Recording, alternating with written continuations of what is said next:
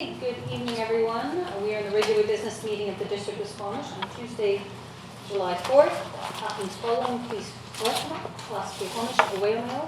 welcome to the traditional territory of the Squamish Nation. There's an agenda in front of Council for consideration. I'll entertain a motion to adopt, moved by Councillor Pryor, seconded by Councillor Elliott. All those in favour? Opposed, if any, motion carries. Are there any notice motions? Seeing none, we have delegations and proclamations. And first up is RBC GranFondo request for support. Is Ms. Clements here? It's actually. Oh, it's you. Come on up. Hey, Neil, how you doing? I can see everybody. You can sit there or at the podium, whatever you're more comfortable. I'll stand here for a sec because I'm going to play videos. Yeah, actually, you can have you sit just because the microphones pick you up better. Sure. Thank you.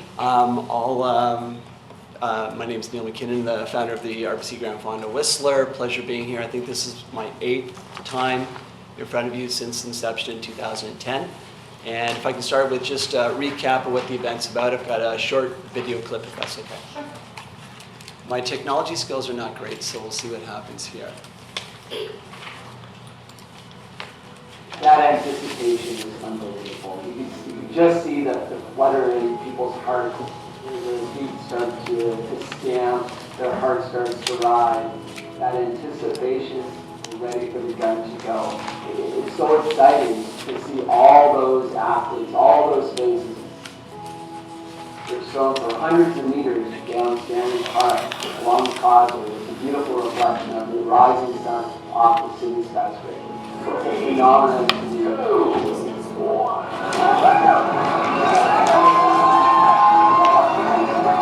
RBC GranFondo is iconic. We have something that is starting in Vancouver, downtown setting, down Park, crossing Lionsgate Bridge, and taking that journey all the way on a dedicated lane, 122 kilometers from Vancouver to Whistler. It is something to behold, and hopefully people can experience something like this once in their life or as often as they can.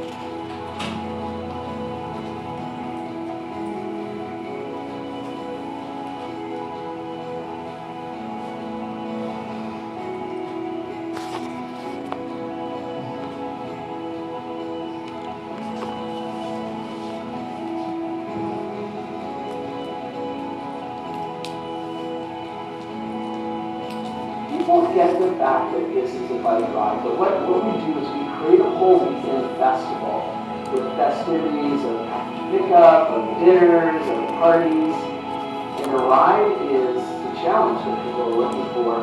It's building that camaraderie. But really, when we cross the line in Whistler, it's about celebrating those achievements.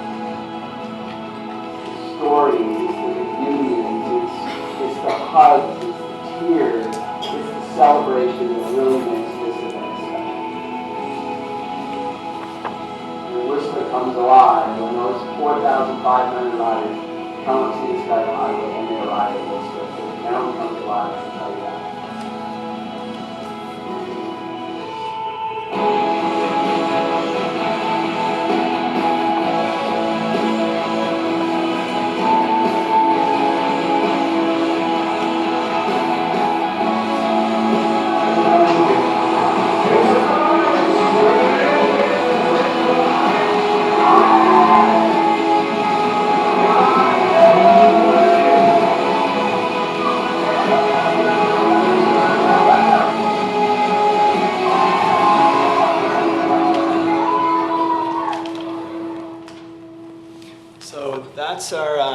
That's our story, that's our video. We've been doing it since 2010.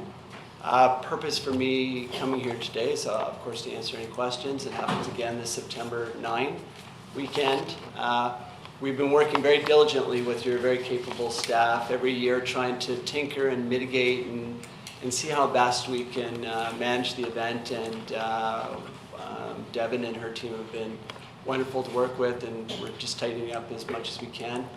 As far as updates, happy to say we are continuing with RBC to provide opportunity for the iRide program, which support kids at elementary schools learn to ride. Squamish is a big receiver of the activities associated with the iRide program. And as far as any real changes this year, nothing really of noteworthy change. Happy to answer any questions anyone has. Any questions? Councillor Craig? So that's your promotion video? That's our promotional video. Well, I hate to tell you this, I saw 3 references to Whistler and 0 to Squamish. Well, actually, I'm happy to send it to Councillor Pryor because there's a long section up there that has the band playing, the people riding down the street, the middle part of it. It really tells the story from going from Vancouver through Squamish to Whistler. And all those people on the side of the road, that's Squamish out in front of the... But the viewer doesn't know that. Yeah, they don't, and we could probably elevate that Whistler too. comes alive, and then I saw Whistler in the signs, and so, you know. Yeah, fair enough, I think it's reasonable. And I was kind of waiting for Susan to grind you a little bit on infrastructure and what did we go for last year, Sue? Anything. I'm going to let Susan speak for herself. Okay, well, she wasn't, she didn't have her hand up yet, but whatever Sue says, I'm supporting her. Okay, sure. Anything else, Councillor Pryor? That'll be enough for now. Councillor Strong? I'll stick my hand to that. How many IRIDE programs were ran in Squamish last year? I think the report was 150 kids through the IRIDE program in Squamish. In Squamish last year. Correct. So IRIDE is a benefit that we see in this community for our participation. No, we're very proud to say we're actually the majority of our workforce, contractors, and a lot of our infrastructure is based out of Squamish. So for example, Miller Capilano is our largest contractor. So the majority of our spend actually is in this town. With regards to Miller Capilano as our contractor, a lot of the people that we hire that day for the event, police, services, also our contractors. Squamish has become actually quite a strong hotbed of people who are involved in the event world and who live here, and then we employ them. Thank you. I will say Miller Capilano is our highway resource, so that's provincial. I'm always looking for, every year I ask what will build our community and what you use our community, and it's fantastic that you ride through our community, but we supply, as you say, our police resources. Miller Capilano is with the highway, but in general, our general community is inconvenienced by having the ride go through because of the highway shuttings.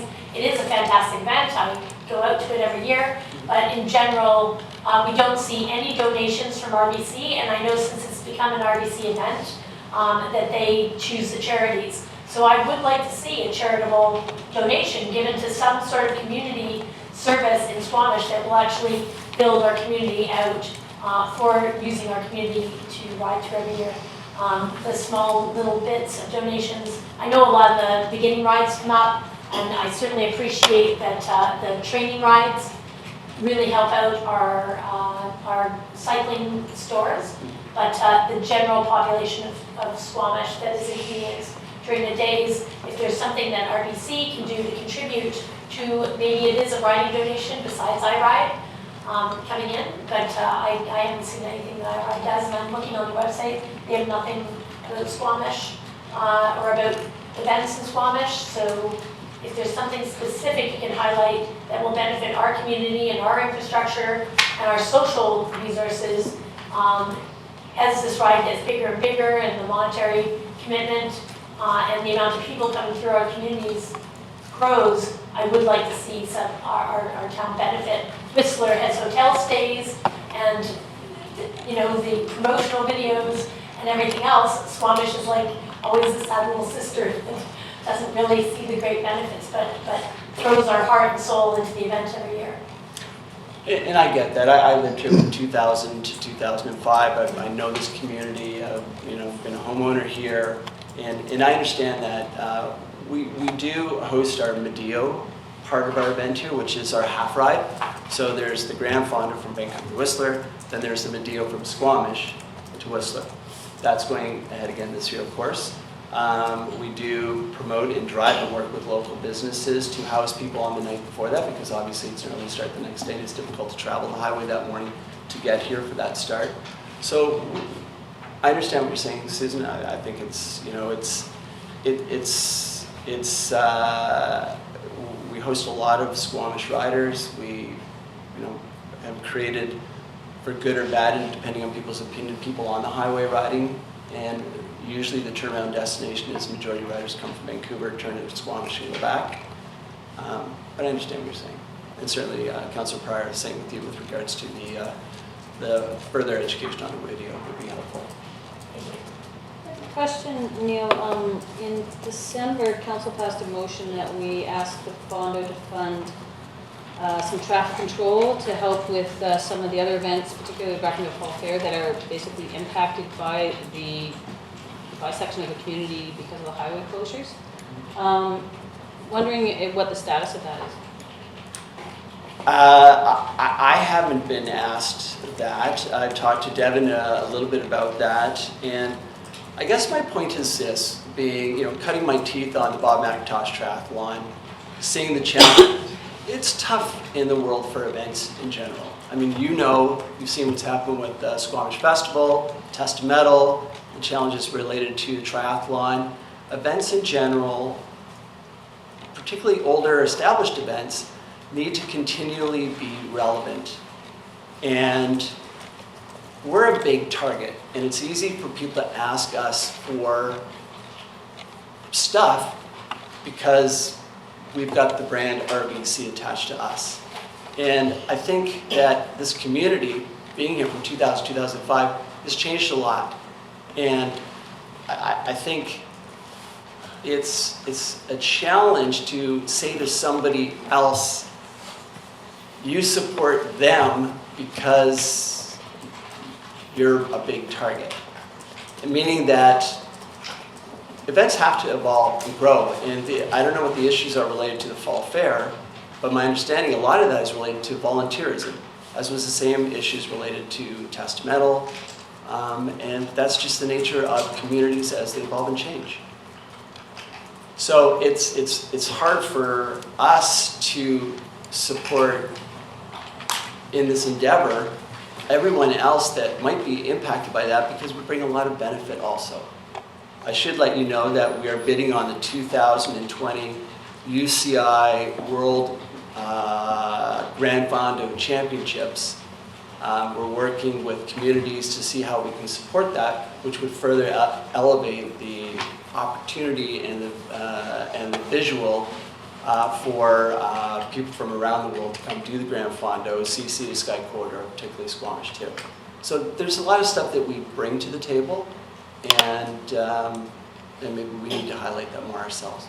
Yeah, and I don't think anyone's disputing that there's some spin-off benefit for the community. There's definitely negative impacts as well, which I think get overlooked. It was, knock on wood, you know, if we ever had an emergency situation, people are, particularly the Highlands, can't even get onto the highway during certain times. Valley Cliff can't even get onto the highway at certain times. So it is a challenge for the community. You know, something like the Bracknell Fall Fair has been around since 1957 in our community. It was here long before the Fondo was here. And it doesn't necessarily impact other events in the community in a negative way. The Fondo bisects the community. There is a challenge with that. And so if you have this mega event that is impacting these smaller events, I would hope that there's some generosity there to say, you know, we realize volunteers, citizens can't even get to the Fall Fair until after the highway opens. We try to encourage people to ride their bikes and that type of thing. Not everyone is able to do that. But I think on something, and my understanding was about $2,500, and I don't know how much money goes into the iRide directly into Squamish. I think Councillor Chappelle was trying to sort of drill down on what that number is a little bit. But this type of thing for these smaller events, it's critical. You know, it really does impact that event, having this massive train of bikes coming through town for 3 or 4 hours. So we need to create some little bit of generosity there with this big event for these smaller entities that have been here for 50 years. Yeah, and listen, I would recommend that if council really wants to take a look at a lot of issues related to the changes in the community, is sit down with Cliff Miller and talk to Cliff about the testamental and the evolution and of what's I happened. think you're with that. assuming that that hasn't happened, and believe me, Neil, it has happened. Okay, good. 'Cause he's a great resource, Yeah, no, incredible resource. It doesn't negate the fact that we have this big event going through town. We're not even mentioned on the video. We have negative impacts, more so than any other community. And, you know, these are very small issues that we can help to mitigate some of these other problems. So I think it's something that the condo should consider. Councillor Spell. I agree, and comparing Cliff Miller's event, which was community organically grown, like, not unlike the Fund Village, which was also community grown, but you managed to secure a massive sponsor, whereas ours has been run off sweat equity since the beginning of time. It wasn't manageable. And because we're now seeing larger corporate events come through, we expect larger corporate donations. We support RBC coming through our community. We put RBC signs up, so they should show us some love, and especially for our community resources. I know Helping Hands is in the audience, you know, we have social impacts because of the large events coming through the community.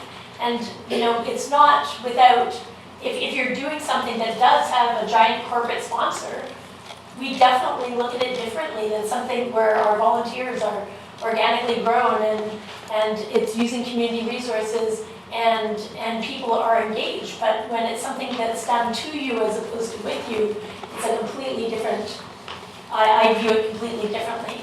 And, you know, shutting off our highway for a bunch of hours and having those impacts with other events on the same day where people's mobility is challenged and are put at risk for emergency services, it should come with some community benefit. And, you know, even if it's something that our community sees that there's some benefit, not just, you know, you should be grateful because we're coming through your community, but, you know, some sort of financial or event restitution for our community social resources. And I expect that from RBC because they are a generous company that does have the resources to do that and are gaining, they're gaining, like that event film was all promoting RBC. So if they're getting so much benefit out of having their name on the event, they should look at the smaller communities that they're going through and be able to adjust their corporate sponsorship to include not just Vancouver Whistler, but Squamish as well. And I think a bit of a lesson to be had here is looking at Pemberton and the SLRV's response to Ironman Canada. They've basically pulled their support and say they do not support the event anymore because there wasn't due consideration to local economic, social impacts. So it's something to keep in mind for the sustainability of events like this. Councillor Kent. I tend to agree with the mayor and with Councillor Chappelle. I think the $2,500 was sort of to offset some of the traffic issues that we have. And you have to understand, I mean, GranFondo is a great big event. You do have a large corporate sponsor. But you're looking at also the Brackendale Fall Fair, which has a long legacy here. It's also a family event. And this is for families to be able to get to these events with kids, people who would not be riding their bikes, who don't really, for want of a better term, don't really care about the GranFondo, but they do care about something of this magnitude in their community. So I think the large yes of $2,500 should be reconsidered sometime between now and September. You might go back and ask RBC if they might want to think about that a little more. I will bring this forward. So you are looking for a motion of support, is that right? I'm not sure what I'm looking for. If you're not, then that's fine. It says here, it says ACT wishes to address support from the district for the RBC GranFondo Whistler to pass through Squamish and for the media event to start. Is that what you want? Well, I'll move support. I think he got the message. If you need that support. I mean, I'll move that. It's not necessary, it's not necessary, but council may wish to issue support or conditional support. Councillor Carter, what's your motion? If it's not necessary and the proponent doesn't want it, it doesn't matter, but I will move it if you need us to make a motion of support. You can't move to make a move. Okay, well, I'll move that we make a motion of support. Is there a second? By Councillor Elliott. Councillor Scott? I'd like to amend the motion to contain a condition that the RBC GranFondo put forward support for traffic control for other community events in the area on the day of the event. Yeah, we do have a motion from December 16th that basically says the amount of $2,527.62. Yeah. I'll up it to $3,000 So there's because no- of inflation. This was just a couple months ago. Okay, then. So there's an amendment that the support is conditional upon traffic control at Government Road to the tune of $2,527.62. Seconded amendment. So there's an amended motion that support on the condition of this Government Road traffic control. I'll call the question. All those in favor? Opposed? Motion carries. Yeah, you're opposed? That was on the amendment? Okay, did we already do the amendment? That was the amendment. So there's an amended motion on the floor. I'll call the question on the amended motion. All those in favor?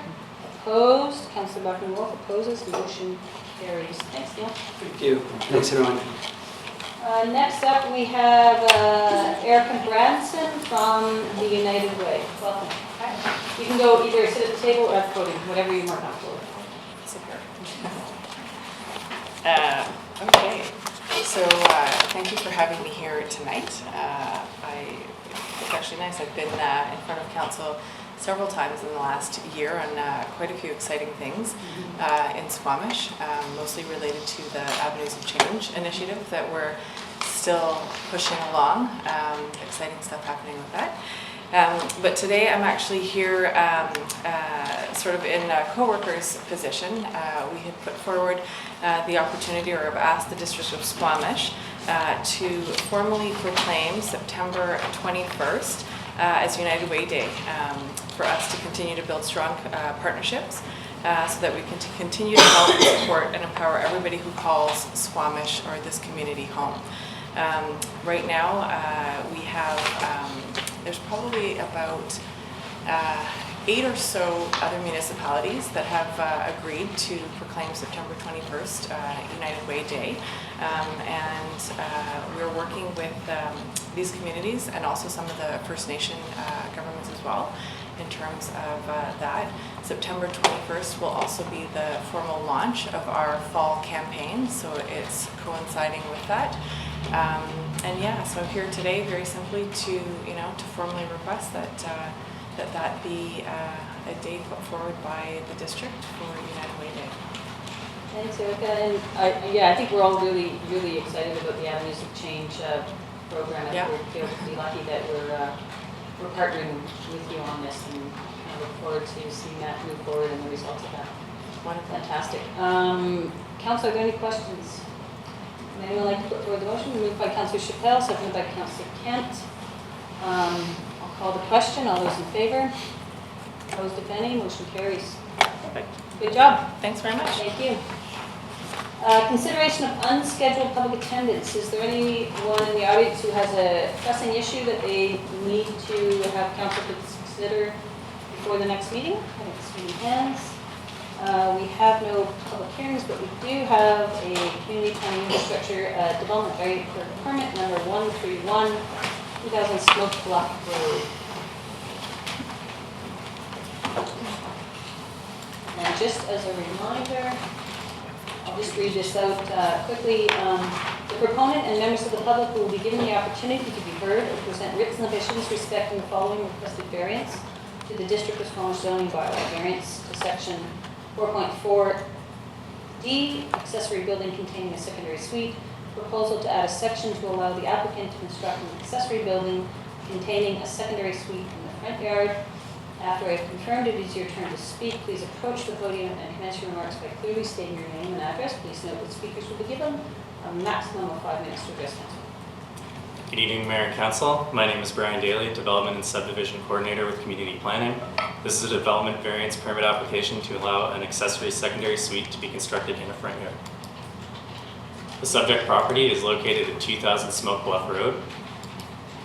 Zoning is residential 1. Neighboring properties are also zoned RS1. The proponent has applied to allow an accessory building with a secondary suite to be constructed in a front yard in front of the existing single-family dwelling. This is a photo of the site plan showing the proposed location of the carriage house. The location of the existing single-family dwelling would not permit a carriage house to be constructed in the rear yard. This photo is showing the existing dwelling and rear yard. The front yard is large enough to accommodate a carriage house and still provide the 7.62 meter front yard required in the RS1 zone. Desktop analysis indicates the average front yard of the adjacent properties to the south is approximately 9.5 meters. The applicants are proposing a front yard setback of 7.96 meters to the carriage house, a difference of approximately 1.7 meters. Further, the property is located on a corner lot, therefore potential negative impact on the character of the frontage is reduced. Legislated and district processes for engagement were followed for this application. 5 comments were received. No requests for a public information meeting were received. Staff recommend that the development variance permit number 131 for the property at 2000 Smoke Bluff Road be approved and that the mayor be authorized to execute the permit. Staff alternatively recommends that the District of Squamish not authorize the issuance of development variance permit number 131. Any questions? Thank you. Council, do you have any questions for clarification purposes from staff? Councilor Pryor? Yeah, thank you. I mean, I see on the aerial, I didn't see it in the report, there is 2 driveways to the property, right? Yes. And so the front is considered the west side. The front, yeah, the west side on Smoke No, Bluff. the front of this house. Oh, the front of this house. But the address of the property is on, Smoke Bluff Road. Oh, that's the address from this view? No, sorry, this is the front of the house here. That's Smoke Bluff Road here. can you go just to the The top? aerial? Yeah. Yes, Yeah. Bluff Road. Oh, that's Bluff Road. So it's not Cliffside Place is technically the address. That's why they need the variance. The address is on Smoke Bluff Road, correct? The address is on Smoke Bluff. Technically, the front yard is on Smoke Bluff Road, so they need the variance to be able to construct it in the front yard because it says that you. Oh, sorry. So, and how many square feet is the carriage house? How many square meters? Square meters. Well, that would be, That would be figured out at building permit stage. I've only seen the site plan showing the location of the. Well, it used to be 500 square feet, now it's 900 square feet. I just wondered if they had the old plan there, they said. it can be up to whatever our bylaw says. Yeah, Yes. it's just changed. And from the sideline, how many feet from the sideline? The side yard. Yeah. It meets the minimum required side yard for the interior side setback, which is, I'm sorry, I can't read it off here. It's within the set. It meets all the setbacks. This is the only variance that's required. And the variance isn't the setback, it's the fact it's. Yeah, it still meets the versus front yard line. setback. It's just, it says you cannot have an accessory building in your front yard. It must be in the rear yard. So that is what this variance is for. Is that helpful, Councilor Pryor? Yeah, thank you. Councilor, are there any more questions for clarification purposes? Don't see any. Would the proponent like to speak to this? You don't have to. No, I think it's self-explanatory, but Thank you. Is there anyone else who would like to speak to this development variance permit?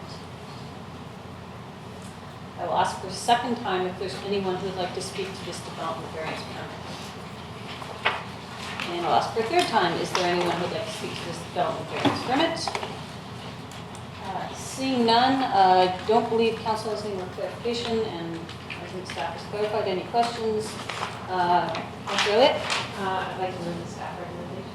Move that we approve this DDP 131, seconded by Councilor Chappelle. Councilor Elliott, do you want to speak to the motion? No, I think, yes, I will, thank you. I love when you do that, no, and then No, they yes. keep going. Um, Thank you. I appreciate the application, and it's great to see that our citizens are thinking creatively about how we introduce some density for single-family home neighborhoods. And I don't think it's going to take away from neighborhoods, so thank you. Anyone else? Councillor Pratt? Well, I mean, in looking at the lot there and the way it's on three sides there, I think, you know, it might be nice to have a little church house tucked away on that spot there. I don't see it taken away from anything else here. Anyone else? Yeah, I think this is supportable. It might not have been had the existing house been a huge house already dominating the landscape, but I think the existing house is very efficient. It's a smallish house anyway, so I think it's just definitely supportable. And in fact, the carriage house looks about the same size as the main house. So I think the main house is only 1,000 square feet, so it's pretty close to what our limit on the carriage house is. I just have a question. In general, carriage houses located in the front of the yard, is that something that we allow in general? No, Is this something? this is why we're having this. The DPP in front of us is because we don't allow it. Yes, I understand that, but is this possible to actually put in, can this set a precedent as far as, I know it will set a precedent, but instead of having. It currently doesn't set a precedent. Maybe I'll attempt this and I'll have staff clarify. We did have this discussion a while ago, and council determined that we do them on a one-off basis as opposed to a blanket. I think there was some division on council, is that correct? Okay. In terms of considering whether they're in the front yard or the backyard, along an alley or not. I think this one, the yard goes from street to street, so it makes it a little bit more, our ability to make a decision on this, but we would not set a precedent. If we wanted to change our policy, we could do that. We did have that discussion sometime ago, but the next person would have to come back for DEP as well at this point. Correct, Gary? Correct, yes. Yeah, I guess, can I just follow up with that? We do have a motion on the floor, so I don't want to get absolutely. distracted. No, I absolutely, I think this is a fantastic idea, and I think it goes to the discussion that we had this afternoon with triple density on lots, or having units on lots that are, seems odd to come back for general densification like this, but I definitely think this is a great use of space. Okay, I'll call the question. All those in favor? Opposed? Motion carries. Thank Very you. much. Next up,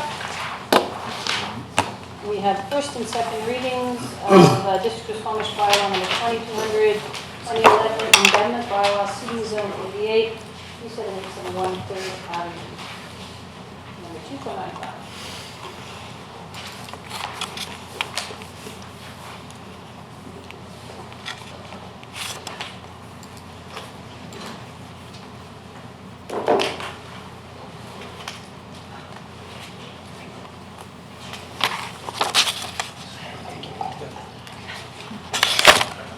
Good evening, Mayor and Council. My name is Elaine Naseby, and I'm a planner with Community Planning. Tonight, staff is bringing forward a rezoning bylaw for council consideration. It's Bylaw 2495 in downtown Squamish. The rezoning would create a new comprehensive development zone, number 88, meaning that the zone would be unique and tailored to the particular uses and other regulations that are being proposed. The rezoning relates to an initiative being spearheaded by the Squamish Helping Hands Society, working in partnership with the District of Squamish and BC Housing, to create a new under one roof facility that would offer improved and centralized access to food, shelter, and support services. Helping Hands' vision is an end to hunger and homelessness in the Sea to Sky corridor. Under one roof would create access to support services and programs connected to housing options. The uses being proposed include relocating Squamish's emergency shelter and food bank, a range of supported and independent housing, and a range of potential related uses through collaboration with community partners, including Cutting Barriers, Vancouver Coastal Health, and others. The general roles and responsibilities of the primary partners in this initiative include the District of Squamish as the landowner. We would lease the land to BC Housing. And so the land must be rezoned for the proposed uses. BC Housing would fund and own the building, and Helping Hands would operate and be the end user with an operating agreement with BC Housing. Under One Roof is located at the southwest corner of 3rd Avenue and Main Street in downtown Squamish. The rezoning includes 6 municipal parcels and a dedicated road right-of-way. The existing Helping Hands Emergency Shelter is located kitty corner to the proposed site. It's shown with a star on the screen. It's been operating since 2006 and offers overflow and emergency weather shelter mats. The food bank operates separately on Government Road in proximity to the Railway Heritage Park, and it distributes food to those in need at limited set times. The project is still in a schematic stage. Rezoning for the range of uses is a first step to ensure that the project is able to leverage funding opportunities and to move forward. A range of potential land uses, along with lot setbacks and a maximum building height, are included in Bylaw number 2495. When the project is built, it may or may not include all the uses, and it may or may not reach the full height being proposed. The land is currently zoned Comprehensive Development Zone 34, so it's the same zone as the Aqua development. The current zone allows townhouse use on these parcels. This map shows the surrounding zoning. To the south of the project site is zoned light industrial. To the east is the artisan building, zoned C4 and C10. To the north is a comprehensive development zone allowing duplex use. And to the west is the aqua zone. The proposed program has 4 elements to it. So the first is shelter and housing, meeting the need for affordable housing for people with 0 to low incomes. So the first is the emergency shelter, which would have 15 emergency shelter beds, the same as the current number. There would be core needs supported housing for those with significant barriers and where supervision and care are essential. That would include graduated next step housing, VCH mental health addictions beds, transitional living. And there are also being contemplated more independent, affordable housing units. The service model for this project is based on the Housing First model. And this is an approach that emphasizes stable, permanent housing as a primary strategy for ending homelessness. So this proposal would include a range of support in the same building as the housing. The second pillar relates to food, so there would be the relocated food bank. At this point, it's anticipated that it would be a grocery-style food bank, allowing participants to come at convenient times for them. And there would also be a food storage, including food rescue capacity and connecting with other food banks throughout the Sea to Sky corridor. There would be a commercial-grade kitchen serving daily hot meal service, also used for a variety of other community food activities, such as community dinners, cooking classes, food education, and so forth. Specific food programs, this would include providing hot meals as well as school lunches. The distribution and delivery would include to those who are not able to access food programs, so the elderly or incapacitated. And currently there's being contemplated a bakery or cafe storefront at grade as well. The third pillar would be the community health and wellness aspect, and so this would include such things as a community drop-in center, multi-purpose spaces, health services on site, office space, so dedicated office space for clinicians, including mental health and addictions, public health and other wellness practitioners, a donation room for clothing and essentials, and also being contemplated at this point is a laundromat. That should say number 4. So this is the fourth sort of pillar, and this is the programming side. So on-site work and training program, this would be with the Cutting Barriers Education and Training Association, primarily culinary, skill building, and employment. Other social enterprise opportunities, such as the current Recycle Bicycle program. An exchange program is the idea of everybody contributing within this building. And then the volunteer-led programs, that would be outside the building, so helping with events or other things in the community. As this is in a schematic stage, this is a draft floor plan, but this shows what might be contemplated on this site. So this is showing a 9,000 square foot floor plate, and so right at the corner of Main and 3rd there we have, I can't get the cursor, there we go. So this is the contemplated food bank with the cafe, possibly a laundromat. Those would front onto 3rd Avenue. Inside would be the commercial kitchen and some food storage area, and in the back would be where the meals would be served. Part of the emergency shelter, another part would be on the 2nd floor, as well as some multi-purpose spaces. And so this here shows the draft elevation, and so while a 6-story height is being included in this zone to give the most flexibility for this project as it moves forward, the current plans envision a 4-story wood frame building. This is a list of all the proposed uses, and so they're designed to capture the building's program as it has been described, so I won't go through all of those. So yeah, the height is being proposed as 20 meters or 6 stories. The proposed building setbacks from lot lines, so 1 meter on the front, that's 3rd Avenue, 0.7 on Main Street, and 0.38 on the interior side. And so those setbacks are based on maximizing the site area. 1 off-street loading space is required, and no off-street parking spaces are required. The site is being maximized to support and accommodate the proposed uses and the co-location of social services.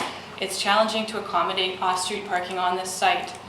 While it's recognized that the particular uses and users are likely to have fewer vehicles than would be required for a typical commercial, institutional, and residential uses, there will be parking need that will be generated. Helping Hands has identified that its anticipated staffing levels at peak times will be 5 to 7 staff members. So staff suggests that in the short term, parking be accommodated on the current emergency shelter site, which is located 50 meters from the subject site. Parking will also be accommodated in the public parking lot adjacent to the library and through street parking on the adjacent streets. The 1 meter setback on 3rd Avenue has been reviewed by staff, as there is a commitment by the district for a separated bike lane on 3rd Avenue, and we wanted to ensure that there would be enough space for an on-street parking lane. We are working with the proponent to see whether we can get a bigger setback, but 1 meter should allow that lane of parking in the future. 2 of the proposed uses are not currently defined in the zoning bylaw, and so we've brought in a new definition for food bank as well as for social enterprise. So the biggest site consideration is the 3rd Avenue stormwater retention pond. This retention pond's forebay is located on all 6 parcels of the subject rezoning. The infill of this forebay is considered critical to maximize the site area. The retention pond provides stormwater storage. This is an image of the engineering plan of the retention pond showing that forebay on the 6 parcels. From an engineering point of view, this forebay provides several functions. It minimizes sediment, captures contaminants, improves water quality, and controls the volume of water. A preliminary engineering study has been done at that the results are that there is adequate capacity in the main retention pond to move the forebay. So in terms of timing and cost, the inlet, which is where the downtown stormwater releases into the forebay, could be moved down Main Street to a new forebay location, so that inlet could be moved as early as January 2018 for a cost of roughly $100,000. And that reinstalled forebay could happen in the dry season next summer. And so that would be a rough cost of $230,000. It's determined that it will be difficult work, including dewatering, so staff recommends that the district's Capital Works Department execute the work, but the work be funded through the project. And both costs are directly attributable to this project. Separately, and regardless of whether this initiative moves forward, an oil water separator is required and is in the District of Squamish Capital Works budget for $360,000 for this year. From an environment point of view, the 3rd Avenue Storm Retention Pond used to be the 3rd Avenue Slough, so it was a more natural water element, and so it did have previous concerns with sediment and contamination. It was reconfigured during the time of the adjacent Sky development. It was initially intended to be a tidal channel with habitat plantings, but was ultimately built with a stormwater function. There are concerns with the current retention pond as it is because the outlet is located quite high and there's a lack of oxygen in the bottom of it, resulting in an odor. The stormwater retention pond, 4Bay, and the land adjacent to it was all part of a 2006 DFO authorization. Required environmental setbacks from the retention pond, the 4Bay, and other requirements. An initial environmental study was done as part of this rezoning, but will require submission to DFO for review for this project to move forward. So in terms of requirements, engineering-wise, the funding needs to be determined for those elements as well as the timeline. And environment requirements, as mentioned, basically the pond, the 4Bay infill needs to be studied and sent to DFO. So we've already mentioned those elements. Those are all budget-related items. In terms of policy, this initiative addresses social needs and maximizes efficiency of the social service delivery system.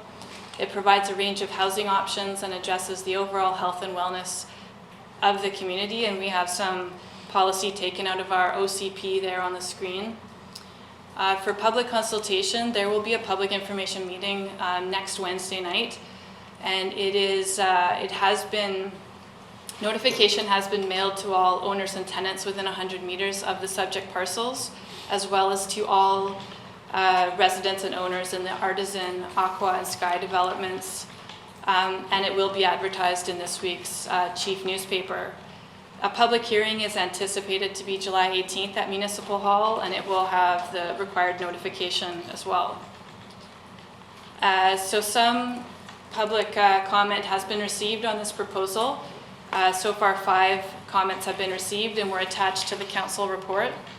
The concerns include the maximum 6-story building height, that no off-street parking spaces are required, geotechnical aspects of the building, so sort of the soil stability, ongoing building and program management, so those included such things as long-term viability of the project, should Helping Hands experience any organizational challenges, as well as long-term viability of keeping the affordable housing unit costs down, related to building management costs. Also concern of the building's users' impact on the surrounding neighborhood, and there was a concern of existing odors in the neighborhood that might impact the building's users. So the next steps, once this rezoning is adopted, this project does not require a development permit, as it's not in a development permit area. As mentioned, DFO needs to be contacted for a request for review. The district needs to initiate a road closure bylaw and lot consolidation.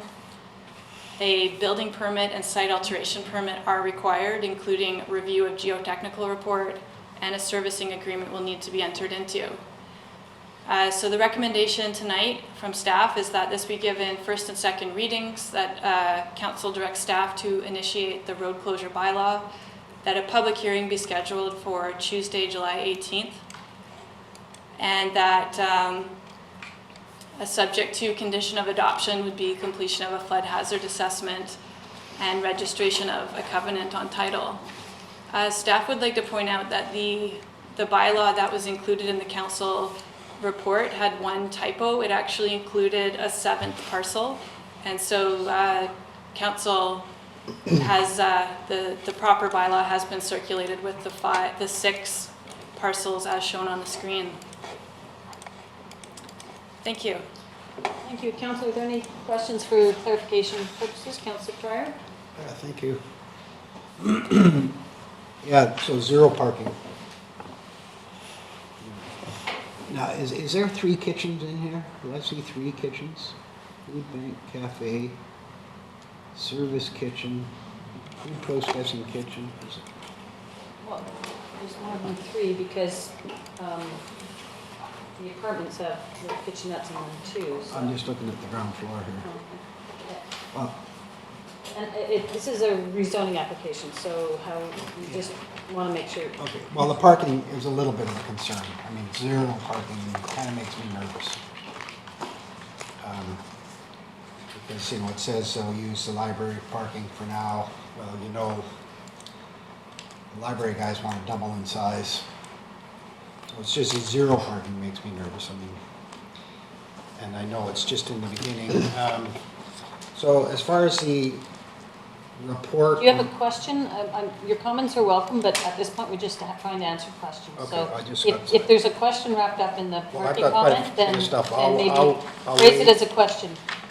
I'll wait. I've got 2 or 3 things. I'll wait till the end and ask my questions. I think there was a question embedded in your parking statement. Do you want to Well- ask a question related to parking? I would like the development to use the Sky DFO report for the holding pond. It says like it says in here that a report has to be done on the holding pond environmental assessment. The Sky development did that. So there's a big report done. I'm just trying to save money. So I'd like to know if staff could use that report as far as all the environmental stuff. Elaine, maybe you could answer the question, why is a new report from DFO necessary in this case? Mayor Hinsman, through you, any proposed development that is within 30 meters of tidal waters needs to be sent to DFO as a request for review. So that's what triggers this proposal to be sent to DFO. I'm just trying to save everybody some money. The other one is, Wait, hold on. Mayor Heisman, if I may, through staff, I think the question has to do with the environmental report itself. Is there a second one that has to be contracted, or is it already complete? Mayor Hinsman, through you, yes, we do require an environmental bio inventory to be done. And so that is an internal requirement aside from DFO. And that's something you will do, should this move forward. Okay. and then one thing it didn't have was the kind of the site plan. And I'm hoping that if you look at the holding pond, and it talks about setbacks, the Sky development setbacks are definitely not what fisheries requires, which is a 30-meter setback kind of thing. And I know this one won't be either. You know, I mean, this one's going to be part of that. But I just want to make sure, is there going to be the potential for a walkway to go all the way around that holding pond eventually? So off Main Street, will you be able to go off Main Street and enjoy this project and continue along the adjacent property down to Vancouver Street? Mayor Hinsman, through you, an initial environmental study was done on what setbacks DFO is likely to require on this project, and it was determined that 15 meters from the main stormwater retention pond was likely, and that if this forebay was not infilled, that 5 meters from that forebay was likely to be a setback. Within that 15-meter likely required setback, I don't think that you can have a trail. I think that the riparian requirements are really to just completely stay out of that area, but And I might be off topic, but you see, this is what I have. When the estuary management plan was done, the whole idea was everything on the west side of the railroad tracks was off limits, undevelopable. Everything on the east side of the railroad tracks was developable. Hence, the Mountain Blind Channel development, the oceanfront development, and a lot of those with, you know, what do we have on the oceanfront? 12-meter setback, and in some areas less. So I think there's riparian setbacks, and then there's coastal setbacks. So they're different things, and riparian is governed differently, and that is freshwater. Well, I'm looking If at there's this. intertidal zones, we determine this through the Fortis DP process. It doesn't. It's a different set of criteria that we look at. I guess I'm looking at the Sky development, and you see their little houses that they have are not 15 meters from that holding pond. All down where the trail is. You know, if you follow the trail down in front of their buildings, it's the trail and water, and then the wall. And I'm only just suggesting that we look at whatever avenue we can to make sure we have a potential for a trail around that holding pond.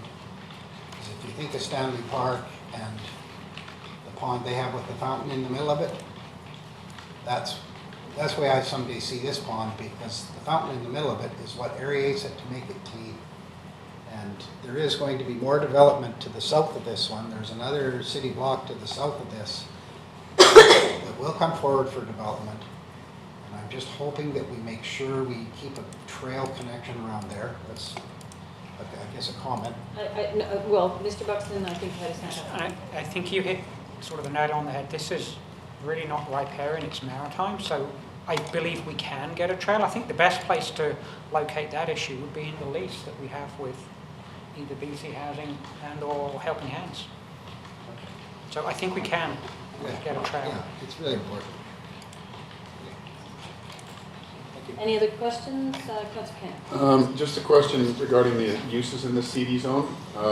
If you can go back to those on the screen for me, if you wouldn't mind. Because I see that I'd also read earlier on one of the services offered in the building was addiction services and rehab, so that is in keeping with the zone. Oh, and you're saying it hasn't been listed? Mayor Heinzman, through you, the business and professional office major use is the use that typically is doctor offices and dentist offices, and so it has been interpreted that that would cover those medical type uses. I just thought I'd clarify, I don't believe we actually have a zone that allows for this use, so no matter where this was going in the community, we would have to get a rezoning. We don't have a zone that allows for homeless shelter per se or that. So anytime this type of thing comes up, we have to do a rezoning. But just further to that, because I really welcome that in the community, I think it's something that we adamantly need. And that's a comment, not a question. Any other questions? I'll let that one slide, Councillor. Any other questions for clarification purposes? I want to welcome Ms. Kell, who is the Executive Director of Helping Hands, if there's any questions for her. A quick question with regard, a lot of these details that have been talked about would typically be dealt with at a development permit stage. My understanding is they still need a development permit, it's just not one that has to come to council. Is that how it works, or do they not need a development permit, period? My understanding is there would be no development permit, period. I say it's not in a development permit area, so they would proceed once and if the zoning is in place to doing that. One thing I would hope, just because it is going to be, if it goes through a significant building, is that it at least goes through an ADP process to get feedback, just so we make sure we're, making sure it's fitting with the vernacular of the community. And I'm not saying it isn't, I just think it might be a useful process, so we have a bit of a litmus to check on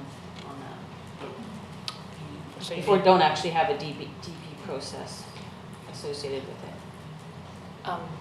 Mayor Hackman, can I respond? So, I mean, being the collaborators that we are, I don't think we're going to move 5 inches without ensuring that we are meeting the requirements and the needs, of the district. So, for sure, that's going to be part of how we move forward. And another question, there was some questions from the public about what happens if, ultimately Helping Hands' stated goal is to end homelessness, so whether or not we'll never have a need for some sort of housing or transition housing, if at any point this ceases to be for these uses, would the terms of the contract somehow be null and void, or there's an out clause theoretically if it's all of a sudden becomes just a, I don't know, an apartment building? I don't know, like, I'm just, you know, this is an intended use piece, so how would that? I'll have a crack. I think what we need to do is make sure that the lease that we have with BC Housing has termination provisions, so that if the operator is no longer operating it, what happens? We need a what happens scenario in the lease, or a termination provision in the lease. I think the questions from the public that submitted those were, is this going to somehow become a burden on the municipality? And I think we just need to make sure that's clear through the lease agreement. And in all likeliness, should one organization not be able to continue to operate, in all likeliness, another organization would put in place, also building it with as much flexibility as possible, so that if there should be a time when there is no need, that the community space can be, used in a multi, and that the apartments units will be very flexible. Thank you, Mayor Heinzman. Just to add, staff are meeting with BC Housing and and Helping Hands this week, and the details around the operation of the centre, the relationship with BC Housing will be further detailed and provided to the public, as opposed to just At the today public hearing? with the rezoning. Let's go. I'm just wondering what will determine whether there's additional affordable housing. Is that having to do with the funding coming from BC Housing, or are you still assessing the needs in the community, or is it a bit of both? I think it's a little bit of both, but so that would be, there will definitely be on the fourth floor more independent living. We're still filling that gap that in the housing continuum, which is from 0 to the lowest income, high barrier. If we were to do floors 5 and 6, then that would take it up another couple of notches in terms of, more on the affordable housing, independent living side of things. Okay, any other questions? I'm just scanning it, trying to find the number of units. I Ms. can't see. McKinnon, how many units, and they're different purposes, but Yeah, approximately 15 units on each floor, approximately. Some are double occupancy and some are single occupancy. 15 to 45. 45 units. and they're single room units, correct? Yeah. Some are single occupancy, some are double. Oh, 2 bedrooms, Two people in but the unit. rooms are 1 room, bachelor style, or? Most are studio style. There are some 1 bedrooms. No, Yeah. I'm just wondering, 45 units, would we have some kind of clause in there about where people have to park? I mean, should there be some kind of clarity on, like we're going in this knowing that we're not supplying any parking stalls? Would we have direction for tenants? Because I know it's a transition, so people are going to be staying there and going to work. So one of the arguments around that is that a large portion of our population are living on income assistance, which is $610 a month, and or on the disability allowance, and for the most part can't afford vehicles. Yeah. We will, income test or ensure that people who are taking the low barrier housing, are the ones that need it the most. If there are cars now in our population, often it's cars that people are living in and carrying around all their possessions in the world in. So the level of need of parking is quite low for this population. But we have talked about remedies around that in terms of the current site where we are, allowing for parking there, and then talking further about, public parking if a parkade goes in or that sort of thing. So ensuring that we work with the district to have spots there. But we are the recycle bicycle people too, so we can ensure that everybody will have a bicycle. We will, obviously encourage our staff to, we can see the density in town already, and so the encouragement to use bicycles and that sort of thing is going to be prominent. And yes, if somebody has a car, we'll deal with that on a case-by-case basis in terms of taking up some sort of permanent space. A lot of the space is not permanent. A lot of the units are not permanent, but time limited. So, for instance, Vancouver Coastal Beds could be 30-day transitional, that sort of thing. Yeah. Well, even some wording in there about, people, the majority of the people won't have cars, like you say. That's great. I think at the public hearing and the public information meeting, a real comprehensive response to the suggestion of no parking is important to communicate. I can't remember, I saw a hand here. Susan, did you ever have it through Councilor? Councilor Bushra, sorry. Thank you, and I think the majority of my questions, majority of my questions were already answered by Ms. Patel on the mix of housing choices available in there. And I was just for the public hearing to really have it laid out of how many single room occupancy, how many double room occupancy, and what the mix of income is in there, and the transition beds. I'm just interested in and I'm sure you've absolutely covered it, is the mixture of rooms for short-term and long-term occupancy, as well as if there's any other mixed income housing in there. And most of it is covered by various questions. Thank you. And certainly the zoning that's being proposed facilitates all of those scenarios. Exactly. Okay, there is a suggested motion in front of council that we consider first and second reading. That following first and second reading, that we direct staff to initiate preparation of a road closure bylaw.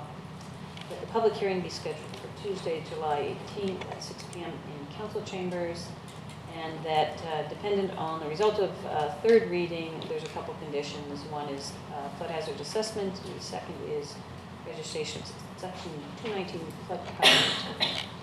So someone would like to move that? Moved by Councillor Chappelle, seconded by Councillor Elliott. Look forward to the public meeting, the public hearing. If this moves forward, I'll call the question. All those in favor? Opposed? The motion carries. Thank you very much. Thank you. Thank you, Thank you. Next up, first three readings, district home smoking regulation bylaw number 2042, 2008. Mr. Simmons. Just have to quickly load my presentation there.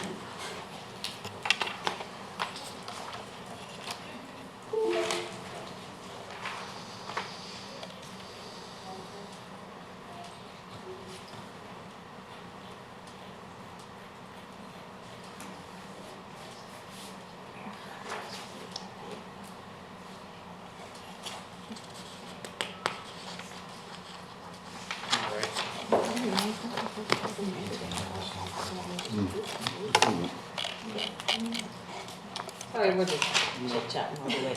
No problem, good use of time. Mayor and Council, Jeff Sim, Senior Director of Human Resources and Public Safety. Mr. Farina, the Manager for Bylaw Enforcement and Animal Control, is off on vacation this week, so I'm helping him out through this, but obviously he reports to me, so it's my purview. So Council likely recall that that back in September of 2016, the mayor responded to a letter by the Canadian Cancer Society to include language about e-cigarettes and vaping in our bylaw, in the smoking regulation bylaw, and provincial legislation. A change to the provincial legislation included vaping and e-cigarettes and the related aspect at about that time. So before you is a report to council with recommendations and amendments to the smoking regulation bylaw, along with the related bylaw the notice enforcement bylaw and the municipal ticket information bylaw. What this does is it really brings the our bylaw in line with the provincial legislation. And some key changes to note is that the key amendments in the bylaw include language to now include e-cigarettes, vapor products, increases the distance from where individuals are able to smoke and now smoke and vape from 3 meters to 7 meters. It includes changing our signs to include vaping, so not just prohibiting smoking, but vaping, and the language to obviously include that. And the schedules that are attached to the bylaw, it has some changes to some of the locations and references the provincial legislation, the name change for that. So those are the key changes, and I'm here to answer any questions from council. Yeah, it was my mistake chairing the meeting earlier today. We didn't get to the letter and the memo on vaping. At the community development meeting was on there. We can talk about it, we forgot to. No, it was on vaping. It was on the community development meeting, and we were running late, so I just shut the meeting down. But so I just wanted to give council an opportunity maybe to speak to that memo that was in the community development agenda as well on this issue. You wrote the memo. I think somebody wrote the memo. Is it the report to council that we're talking about today? Is it the? Okay, I'm here about it. Okay, awesome. Okay. Thank you, Gary. Well, I haven't answered any questions yet. I just wanted to say that we did have Yes. it on the community development agenda. We didn't get an opportunity to speak to it. I just wanted to make sure that I was referencing that memo that was in the ComDev committee in reference to this in front of us today. Okay, council, any questions? No, don't see any questions. Someone would like to move the motion that the regulation bylaw be given quick reading. Moved by Councillor Kent, seconded by Councillor Pryor. Councillor Kent, do you want to speak to it? No, but I think, well. Start charging Yes, every time someone- I will. I think it's a good thing to start including vaping. I spent some time at the youth center area there, and I see a lot of kids out there, and it kind of concerns me. It's sort of crossover into the community, and I think that it's something that we should be aware of as far as health concerns go. I think we're in early stages of what vaping is going to be doing as far as health, especially to the younger kids. So I think it's a welcome change. Put it up on those occasions. Treat it like smoking. And maybe this is, I'll pose this as a question through to Mr. Sim. The proposal to potentially have a 300-meter buffer from schools, as was discussed in the memo, is that in this bylaw? That is not in this bylaw. Thank you. Just want to make sure council is clear on that. And so before council, through your mayor, is 3 resolutions. One to amend the Squamish smoking regulation bylaw, and then a second one to amend the Squamish notice and enforcement bylaw, and a third one for the municipal ticket information bylaw. And I did note that when reviewing the provincial legislation, that there is pretty strong language in the provincial legislation about if a store is selling smoking or vaping products, and it's to individuals, if individuals under 19 are allowed to come in. There's very strong language about the signage and how they cannot have any of those products visible, along with if it's open to only adults, so only individuals over 19, then they can have more aspects visible and so forth. But of course, they have to do legislation. That's under provincial regulation and would require inspection by those provincial enforcement officers. But I think it does provide some good enforcement power to that body. So just to be clear, we have a motion on the floor, and that we have to do these separately, I believe, because they're separate bylaws. That we give first 3 readings to the Squamish smoking regulation bylaw 2042. That's what's on the floor right now. And no question on that. All those in favor? Opposed? Were you just slow or are you opposed? Slow. Slow, okay. Motion carries. Next one for consideration is the District of Squamish Notice Enforcement Bylaw 24, they're all related, but 2418, Amendment Bylaw 2539/2017, given first 3 readings. Moved by Councillor Kent, seconded by Councillor Chappell. I'll call the question. All those in favor? Opposed? Motion carries. And that third one is the Municipal Ticket Information Bylaw 1832, 2004 Amendment Bylaw 2540/2017, given first 3 readings. Moved by. Thank you for playing, Councillor Kent. Seconded by Councillor Elliott. All those in favor? Don't leave opposed. Motion carries. On the memo from the Committee of the Whole meeting, Community Development meeting, pardon me, there were a couple possible directions or options put forward, and it was through the Community Development Infrastructure. So maybe Mr. Buxton, I just don't want to lose the opportunity to maybe move that forward as well, and it'll have to come back if council wants to consider some bylaws. But you do talk about a status quo to nothing option. The next one was explore options within the scope of the zoning bylaws, such as spot zoning. And the third one is expand regulations to include regulating other uses that are incompatible with schools, pursuant to what we've done with dispensaries.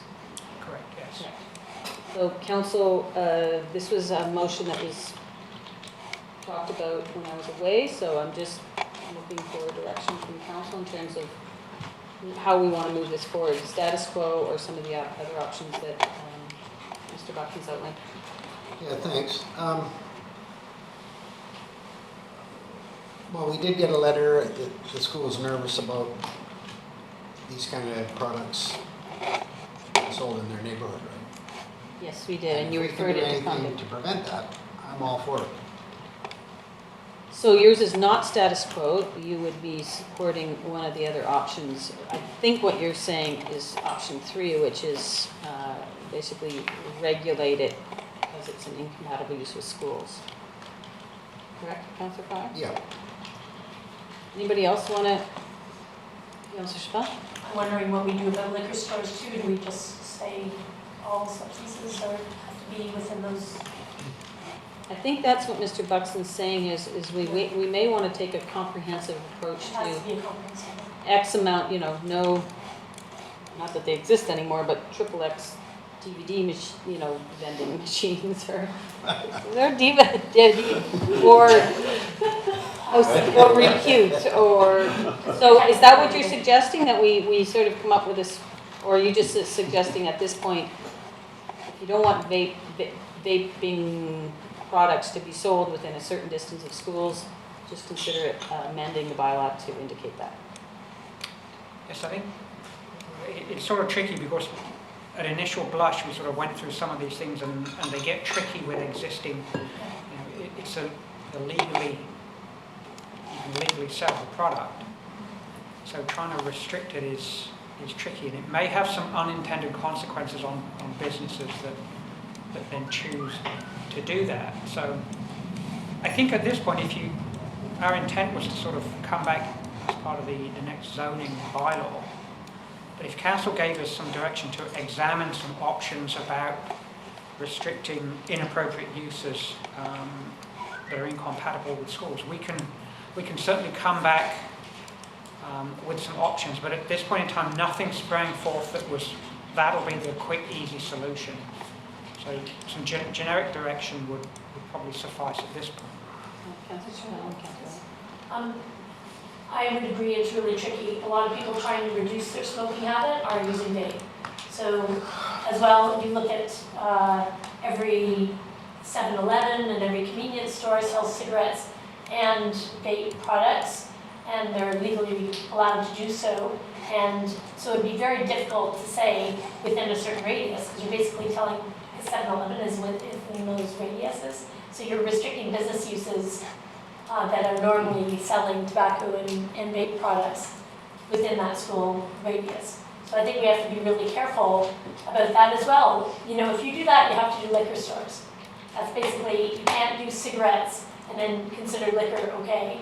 So then you're looking at every single thing that you're trying to protect kids from.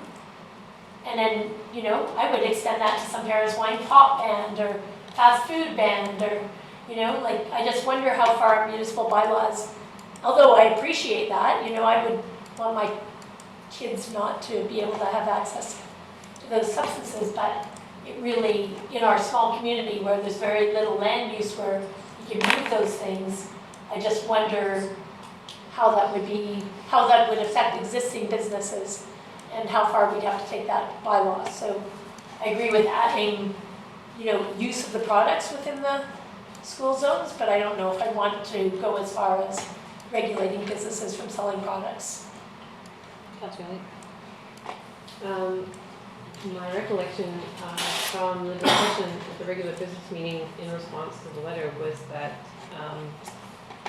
we should do this thoughtfully, and I thought it would come back as part of a discussion about the next update of the zoning bylaw. So I didn't see it as an urgent issue, but rather that one that could be looked at, see if other municipalities are, how they're managing these different uses around school zones, and bring it back as part of the next, what to call the next one, minibus, long bus, giant We've bus. exhausted all the names.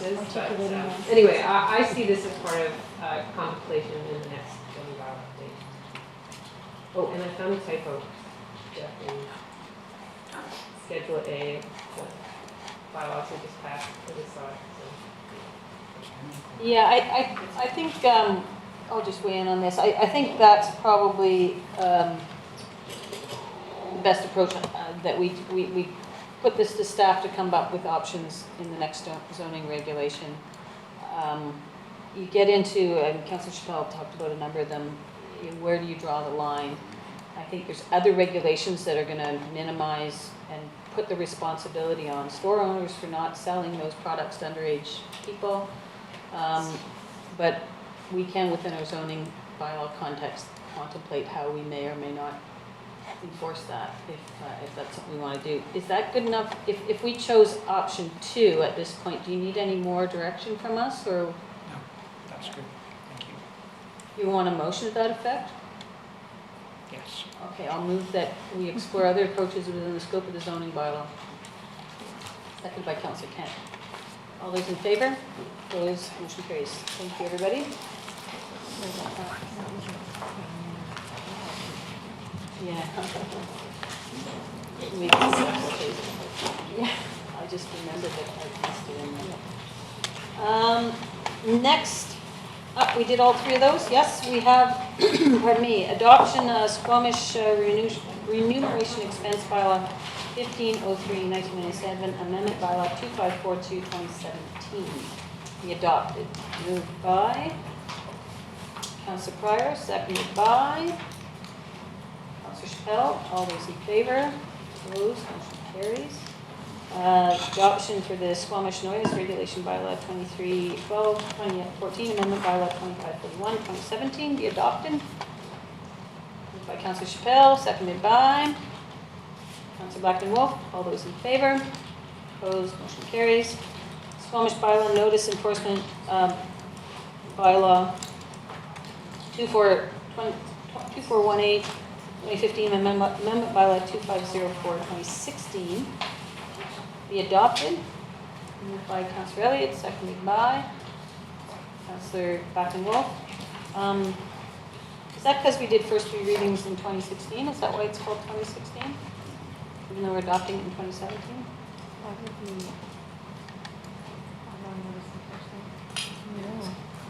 Ms. Arthurs? Is it misnumbered? Should it be 2017? It is 2016, I think the bylaw is still, it's when we get the year. Even though we're adopting it in 2017, doesn't matter, okay? All those in favor?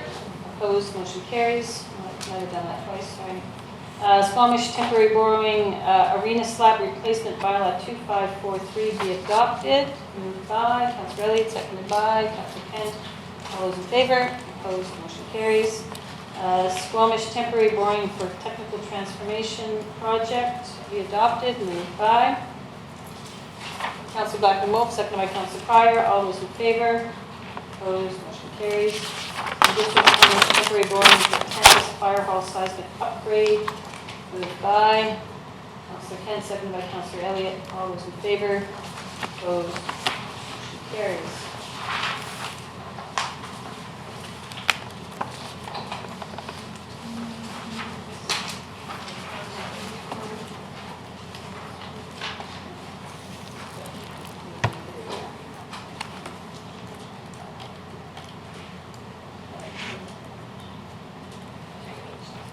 All right, moving on, 9A1, annual water main replacement, phase 2, tender process. Tender process. So, tender process. Welcome. Thank you, Mayor and Council. My name is Matt Simmons. I'm the district's capital project manager. The report's before you to award the 2017 annual water main replacement phase 2, which this was the project that came online late with the grant announcement to the district, and I was in council in the end of April to expedite the design for that. And so we've been working hard to get this to the market, and we've recently tendered this project.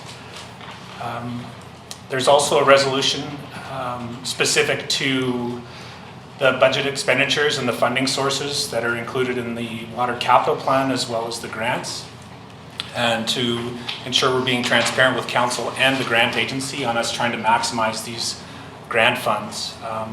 Our goal is to ensure that these funds are maximized and the projects or any portions of these projects that won't be completed will ultimately form our 2018 water capital plan. These are all high priority projects within our water capital plan. We're going to do the best that we can with the funds that we have and work within the confines of these grants to get as much of this work done as we can. The scope of these projects are, there's 1,140 meters of water main on Government Road from Eagle Run to Depot Road. This picks up basically where we left off last summer, where we did the loop on Eagle Run between Meadow and Government Road. And as well, there's 100 meters of water main east of the Depot and Government intersection to connect to some of the newer existing water main that exist. So we publicly tendered this and it closed on June 9th at 2 p.m. We received 3 tenders. They're in the table in the report. We've reviewed that tender submission and it's been determined to be complete and acceptable in all aspects. We've also met with the contractor about ensuring that they have the resources to complete this work, because this is also the contractor that won our phase 1 project. They're currently working in Garibaldi Highlands. They're definitely performing where they need to be, so we're generally supportive of the award of this. We've included some discussion and some amounts in the budget and the proposed use to ensure that we're clear with council on how we're trying to maximize this grant and get as much of this work done. And again, just saying that, you know, even at this point, based on how this construction goes throughout our construction, we've got to be done with these projects by March of next year. But as we know, that would be a very, very challenging project to build through the winter. So we're really trying to wrap this up in October. The likelihood of us having to come back here and have additional discussions with council and the grant agency, for that matter, for anything that might come up in council is a real reality as well. So just to set that expectation right out of the gate, and just know that we're going to do our best to maximize these dollars and ensure we get as much of this pipe in the ground as we can. This again is one of the larger capital projects that we have within our team for this year, and we're looking forward to getting this project going. Any questions about the tenders? Any recommendations? Councillor Pryor? I just wonder what the grant amount was. It's, I believe, 87% of 1.1 million, which is currently. And that's really good. That should be in the newspaper. Is the newspaper girl back there? I believe it was in the newspaper when the grant was announced. 87,000. Other orders of government like us to announce it 5 times that they provided money back to it. Anyway, that's good work, boys. And we have, the project signage is up on these sites, and we've just been notified we actually need more signage to fulfill our terms of the grant, so we'll keep putting it up. But again, just that we're trying to move really quickly on this, and lots of municipalities are sharing in the influx of this money and its impact on our section of BC within contractors, suppliers, and the engineers. We're really lucky to have gotten out of the gate quickly on this. So we're really looking forward to moving this along, because lead times on materials and that, we already see that impacted on our projects right now. So it's going to have an impact on other municipalities throughout the year. Thank you. Councillor Kent? I'll move it. Move that we give gravity, I'll read this out here. That budgeted expenditures and funding sources for well 3 replacement and W6 government road, water main, DCC projects be repurposed where legally feasible to water main replacement projects on government road, Huron Depot and Depot Road, and that the District of Squamish for the 2017 annual water main replacement phase 2 tender to Gravity Construction Inc. in the amount of $1,156,417 plus applicable taxes, and that the mayor and corporate office be authorized to execute the agreement. Moved by Councillor Kent, seconded by Councillor Chappelle. Councillor Kent, you're good? I'm good. Councillor Chappelle? Thank you. I'm wondering about everything above ground being adjusted to, we're pulling the road from Eagle Run to Depot Road.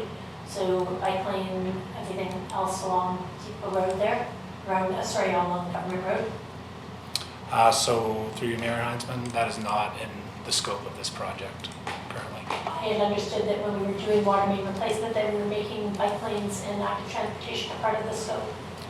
Through you, Mayor Heinzman, the discussion specific to that item was on Depot Road, where we are in a position to need to repave that entire road anyways, and formed a large portion of our annual water or roads replacement budget, as well as we had identified some funding to widen that section out, which were some of the recommendations that we received on the active transportation and the Haste Routes to School, Safe Routes to School program. And with the late influx of this money on Government Road, I'm afraid we just don't have the capital, the access to the resources and capital to complete that type of project right now on this. And we've also got, within the next 3 years, a very large diameter gravity sewer trunk that needs to go from Judd Road all the way up almost to Depot. So potentially that's an opportunity that we could look at that. But we're really trying to make sure we get through this grant, because the terms of repaving and bike lanes were not included in the water main grant that we received. So sorry, did I misunderstand that there's a sewer, that we're going to have to dig up the road twice for a sewer main and a water main? That's correct. That's absolutely correct. Would we plan those projects together in our capital investment? Through your Mayor Heinzman, sometimes we would.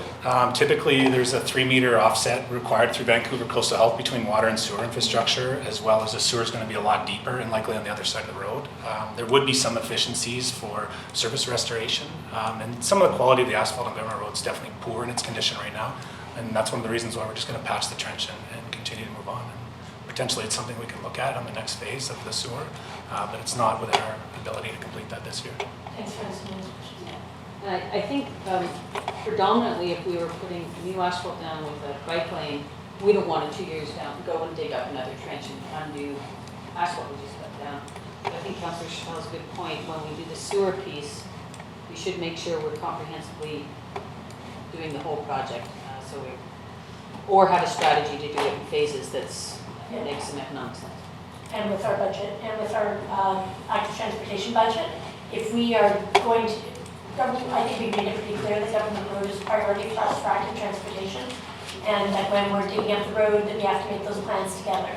And that, I know we've spent the budget this year, and this is a grant oriented. I completely understand you make a good case point for that. But in the future, these projects have to be planned together and comprehensively. For digging up road, it has to include active transportation. The road, everything from the top to the bottom has to be planned for comprehensively. It can't be piecemeal, like get a grant to go. If it's going to be dug up road, it has to be planned for with our budget and reallocation of budget. So maybe planning for, I know grants are difficult to plan for, but in the future, looking down the road a little bit more so we can actually coincide active transportation grant money with water mains to remain permanent. I'll call the question. All those in favor? Opposed? Motion carries. So thank you. I'm wondering, Matt, while I have you there, there's been some conversation on Facebook about the campus hall seismic upgrade, and I'm wondering if you could give us just a 5-minute recap of what that project is. How long will that skeletal system be there, or exoskeleton, or whatever you want to call it? Is that permanent? Is it not permanent? Just, there's a lot of misinformation out there. Absolutely. Thank you. So a couple of the highlights in the project right now are, last week we completed the deconstruction of the existing hose tower, which was a project that I was in council about a month ago to award that. That was complete last week. The tilt-up braces that exist on the outside of the building, those are temporary. There are other works that we've completed inside the building that will be permanent. We've through-bolted the entire roof of the apparatus bay. We've done a large portion of the administration side of the building, which was further to the discussion that we had in council in the spring.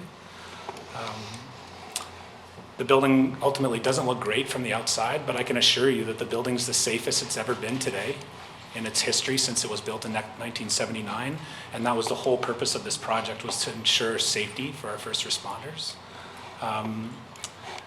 We're currently fine-tuning the tender drawings and the specifications for the rebuild of the apparatus bay. And so those tilt-up braces will likely stay there until we replace the east and west walls of that current building.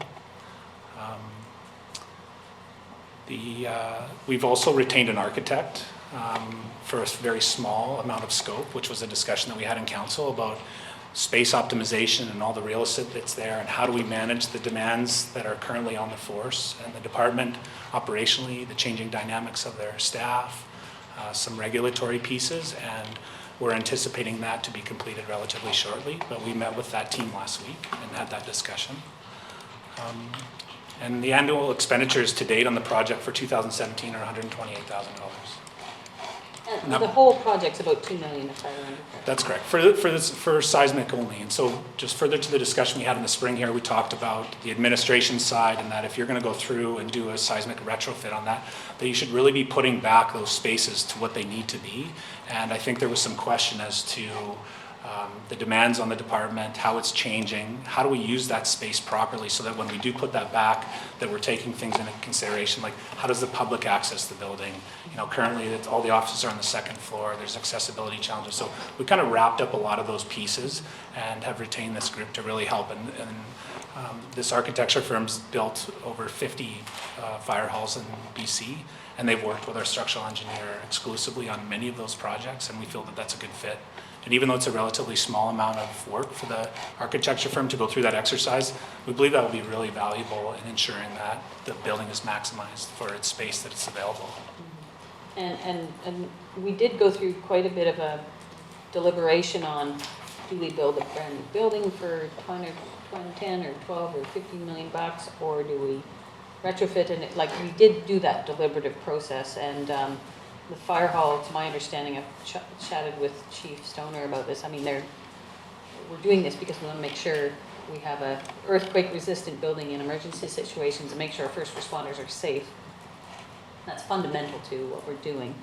It looks unique right now, but that will not be like that in perpetuity. Yeah, and I think it's interesting. We're transitioning the discussion about that fire hall into the way that it looks, not how safe it is. And so I'm feeling like we're actually getting somewhere, and that's actually a good news story. Yeah, and it might be worthwhile just putting up a information thing on there, so if people are walking by or people have a question, they can just say, hey, this is what we're doing. Absolutely, and through you, Mayor Heinzen, we've heard that feedback from our communications group, and we'll work with them to get something more appropriate Awesome. up. Thank you for obliging me. No problem. All right, moving on to human resources and public safety, acting mayor appointments.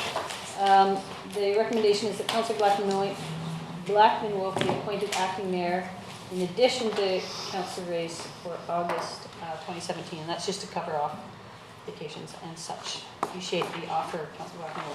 Moved by Councillor Spell, seconded by Councillor Kent. All those in favor, opposed, carries.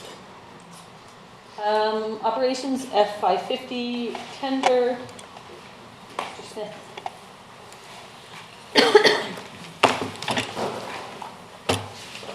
Good evening, Mayor and Council. My name's Bob Smith. I'm the Director of Public Works, and this evening I'm looking to purchase a truck for the district. So I have a recommendation that the Council approve the following resolutions. That the District of Squamish award a tender for the F550 bodybuilder tender and Metro Ford for the cab and chassis quotation to Work Truck West, and approve the purchase of a new F550 truck to replace Fleet Unit 9420 in the amount of $119,145 plus applicable taxes, and that the Mayor and corporate officer be authorized to sign the contracts. Any questions for staff? Councillor Pryor. Boy, the lucky guy that gets that truck. Can you please frame your question? Yeah. Frame of a question. Well, I've been looking for dump trucks for a long time. That's a beauty. I'm just wondering what happens to the old one. 2006 F550 with 120K. Through Mayor Heinzman, we're finding that the best value we get is, rather than going through trade-in, we actually go through auction. We let some of the local contractors know. You'll notice a couple of white trucks around town that are ex-district trucks. And we get the best value when we go through auction. So you take it to auction, and that's not in the report, like you're gonna get 25,000 for that in an auction? Correct, that's not in the report. Thank you. That's a good point. It would be in the budget. This is a tender. Yeah, We're yeah, dealing with no, a but tender. I'm just, We're not dealing with, well, you know, if you sell the old one, it should be. yes, part and of it. that's dealt with in the budget context. This is a tender award. We're not going to talk about that in a tender award unless it's part of the deal, which it's not. This kind of- Well, what I'm saying is, we got a purchase, and it's showing that we're only spending 119,000 for this new truck. But it doesn't show that we're gonna get 25,000 for the old truck. And I just thought that it might be an idea for us to see that. I mean, I guess you're gonna say, you know, I think it's important to know that, otherwise it would have been, you drive that truck in, you do a trade-in, and we're only paying 90,000 for the, you know? Councillor, do you hear him? Hi, yes, I did. And just to remind Councillor Pryor to you that men and women drive those trucks. Thank There's you. lots of guys in the house in our operations team. And it sounds like this truck's evolved, so it's going to be doing more for us than the old version. Can you just, Correct. Through Mayor Heinzman, this is our utilities truck, and we've outfitted it with a front plow and sander box, as well as brine applications, so we can actually use this as one of our snow removal pieces of equipment, which will help us out in, hopefully we don't get another snowmageddon, but it can help us out in snow removal. So this adds one more vehicle to our ability to snowplow and deal with ice and... It doesn't add one more, it just makes one more useful, more multi-purpose. Okay. Yeah. Okay. So this is award tender. It says, I'll just read it, the budgeted expenditure and funding sources, oh no, wrong one, sorry. That the district award the tender of the F50 bodybuilder tender to Metro Ford for the cab and chassis quotation to Work Truck West, and approve the purchase of a new F550 truck to replace Fleet Unit 9420 in the amount of $119,145 plus taxes, and let the mayor and corporate officer be authorized to sign. Moved by Councillor Elliott, seconded by Councillor Kent. All those in favor? Opposed, if any, motion carries. Post-motion comment. I do think that when we get trade-ins, it should be in the report.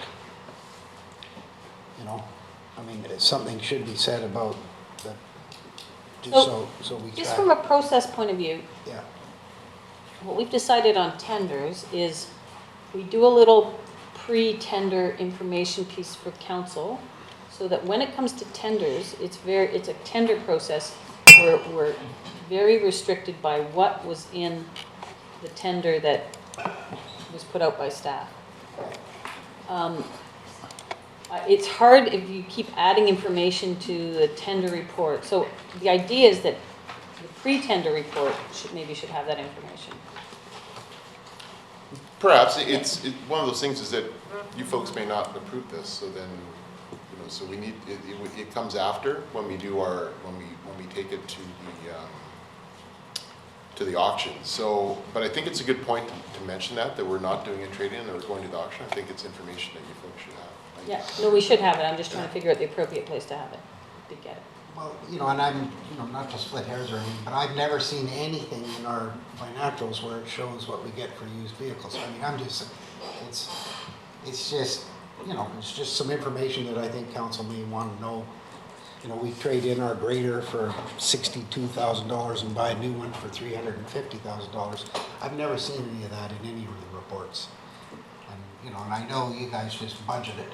So it goes into your budget, money comes in, money goes out, but I've just never seen anything. That's all. Yeah, it can be helpful.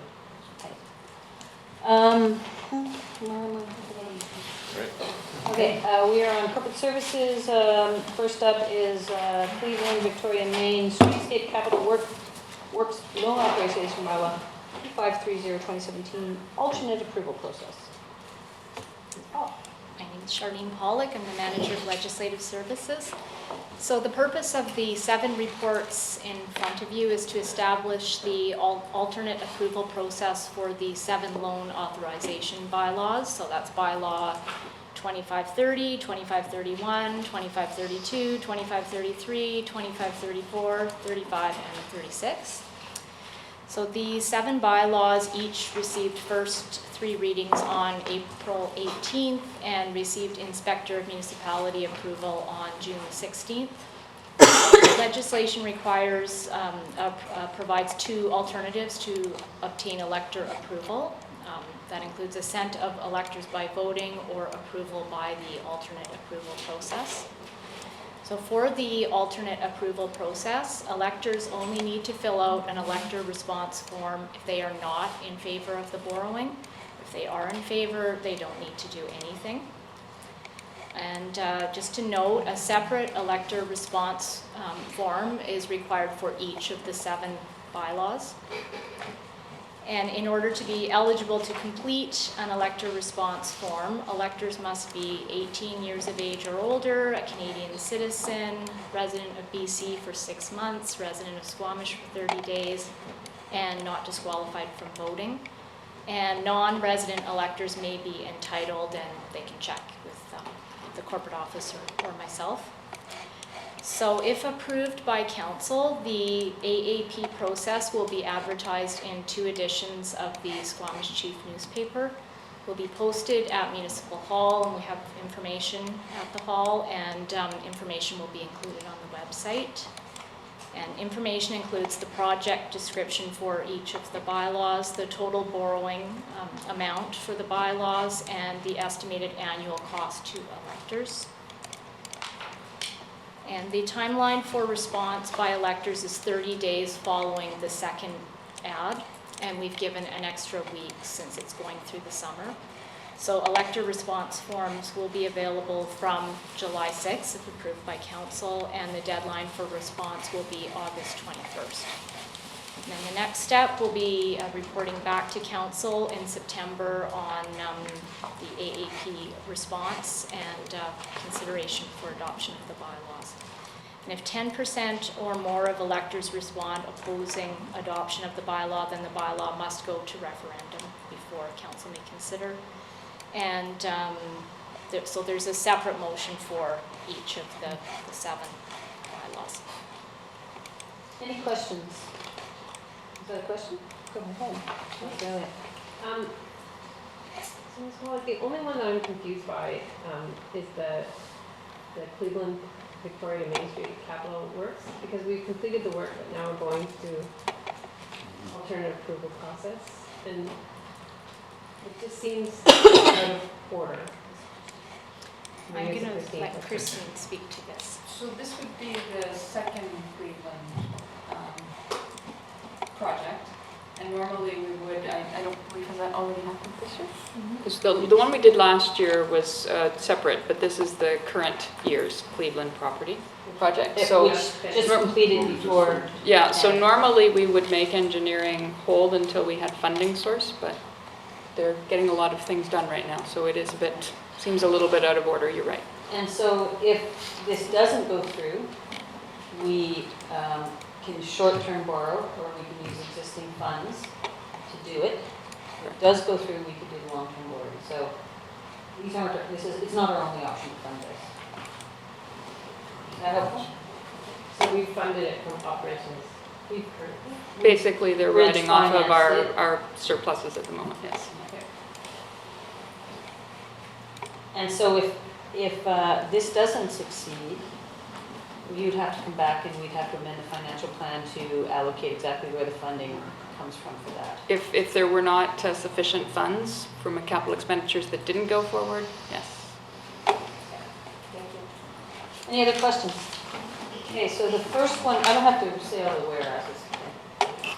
That council be resolved, an alternate approval process will be provided in relation to the liabilities and obligations that will be incurred under bylaw. Elector, do I have to read all this? Elector responses shall be in the form for council on July 4th, which it is. Deadline for the elector response shall be 5 p.m. August 21st. And the corporate officer is authorized to prepare and publish a notice of alternative approval process on July 6th, 2017 and July 13th, 2017. Fair determination of the total number of eligible electors of the district of Squamish is 1,353. Is there a mover? Moved by Councillor Elliott, seconded by Councillor Chappell. All those in favor? Opposed? Motion carries unanimously. Similarly, that whole rigmarole relevant to the Squamish Forestry Building Roof Replacement Loan Authorization Bylaw 2531-2017. Moved by Councillor Elliott, seconded by Councillor Kent. All those in favor? Opposed? Motion carries. Similarly, authorization bylaw 2532, Squamish Water Main Replacement Capital Works Loan Authorization Bylaw. Moved by Councillor Kent, seconded by Councillor Elliott. All those in favor? Opposed with any? Motion carries. Similarly, the District of Squamish Fire Fleet Aerial Apparatus Loan Authorization Bylaw number 2533. Moved by Councillor Chappell, seconded by Councillor Elliott. All those in favor? Opposed? Motion carries. Next up is Fire Capital Works Loan Authorization Bylaw 2534. Moved by Councillor Kent, seconded by Councillor Blackman-Wolf. All those in favor? Opposed? Motion carries. Squamish Landfill Vertical Expansion Capital Loan Authorization Bylaw 2535, 2017. Moved by Councillor Pryor, seconded by Councillor Kent. All those in favor? Opposed? Motion carries. District of Squamish Dike Upgrade Design Work Acquisition and Capital Works Loan Authorization Bylaw 2536. Moved by Councillor Elliott, seconded by Councillor Kent. All those in favor? Opposed? Motion carries. Thank you. Thank you.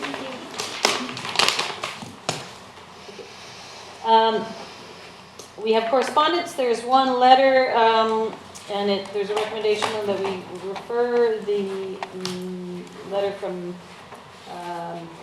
Mr. Holmes regarding the Squamish Dike Trail misuse to staff for follow-up. Moved by Councillor Chappell, seconded by Councillor Kent. You want to speak to it? You want to speak to it? Okay, I'll call the question. All those in favor? Opposed? Motion carries. I think he's got some legitimate issues and concerns there, so hopefully we can address some of those. There are 10 letters for information. I'm looking for council if any of them wish to be pulled. Yeah, I'd like to pull number 10 back. Yeah, and we've actually decided we'll just do the night meeting there, and we'll have the meetings here, so it's not an issue anymore, but yeah. Yep, perfect. So it was us that was booking the room on top.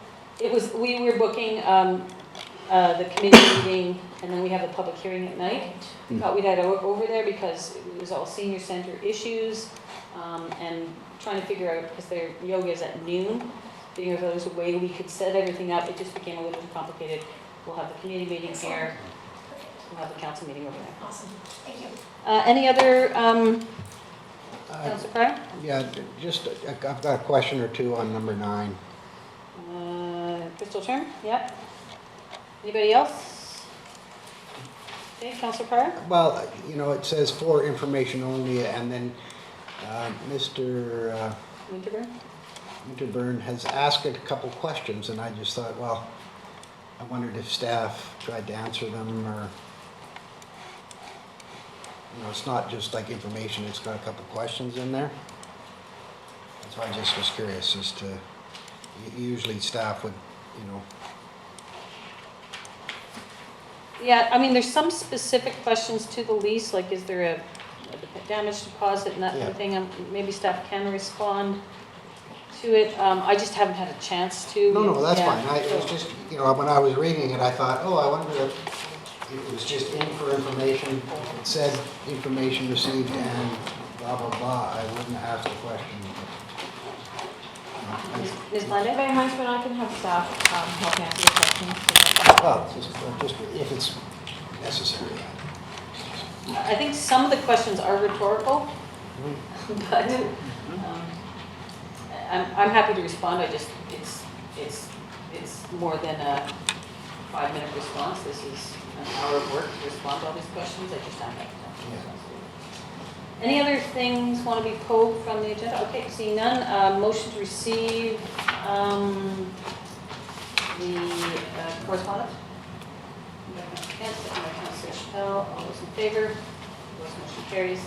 There's minutes from the committee of the whole meeting of June 20th, special business meeting of June 20th, the regular business meeting of June 20th, committee of the whole of June 27th, special business meeting of June 27th, and a special business meeting of June 27th. That's what my agenda says. That's just twice, it's not another meeting? There was 2 sessions. Oh, yeah. There were 2 sessions. That's right, we had the annual general meeting, right. So a motion to reprove all those minutes, moved by Councillor Elliott, second by Councillor Blackman-Wolf. All those in favor? Opposed, motion carries. No errors or omissions. Good, because I should have asked that before I called the question. Any business arising from the minutes? Seeing none. Committee minutes and reports, public and corporate services meeting be received for information from June 27th. Moved by Councillor Kent, seconded by Councillor Blackman-Wolf. All those in favor? Opposed, motion carries. And there's a committee recommendation that bylaw enforcement complaint policy, that the District of Squamish rescind the anonymous complaints policy, and that it adopt the bylaw enforcement complaint policy. Moved by Councillor Pryor, seconded by Councillor Kent. All those in favor? Opposed, motion carries. I don't believe there are any in-camera announcements. Nope. There is no public, unscheduled public attendance. Open question period for clarification related to agenda items. Our 2 lovely audience participants. No questions. Council or staff announcements. Councillor Chappell. Thanks. I spent some time in Boston doing transportation facilitation for the city's transportation efforts there on regional and local transportation, and it was an incredibly interesting event, and it had 120 transportation professionals from pretty much all over the world, a lot of MIT Transit Lab and Harvard Transit Lab professors, and there was a lot of really interesting ways of innovation financing that they're doing in the city, and that people brought up that they're going to put out the report, which will be really interesting. I'll bring that to council, as well as the discussion of the Singapore AV that we discussed this afternoon. And it was amazing getting to spend some time at the Microsoft Nerd Center and looking at what they're doing as far as innovations in how they're doing their community amenity contributions to deal with transit and densification around transit areas. So I just wanted to share that. Yeah, Boston does some amazingly innovative stuff. True. Anything else? Anybody else? Councillor Blackman-Wolf, I was away and there's lots of stuff. Do you want to talk about some of the stuff that you did while I was away? Oh yes, yeah, I guess this is the first regular meeting since Yeah. then. Yeah, I had the opportunity to take part in Aboriginal Day celebrations at Totem Hall, and I know that there was a number of staff members, including Mr. Sim, and as well as our fire department and police services. And as always, there was dragon boat race, and it was very entertaining to watch. And the winners, happened to be featured 3 youth, very young paddlers, and they were the ones who were the most nimble in terms of rounding the corners. So it was really great. And I think that was the main event. That's really. Last week, on Thursday, I was at the launch of the new art wall at the library, which was part of the Public Art Committee's tender, and that was done by a local woman, C.R. Douglas, and it is beautiful, and if you haven't been over to the library to see it, it is just spectacular, that wall, and that was the day the kids were all there signing up for the Summer Reading Club. It was busy, and it just makes that new area just come alive with the board meeting, so if you haven't seen it. And yeah, I was sorry to miss that because I was at the SRB board meeting. There's another wall project indoor mural happening at Brennan Park as part of this Public Art Committee initiative. I think Stan is actually starting to paint it this week, or maybe he's already started, or it's next week. Anyway, that'll animate that space wonderfully as well.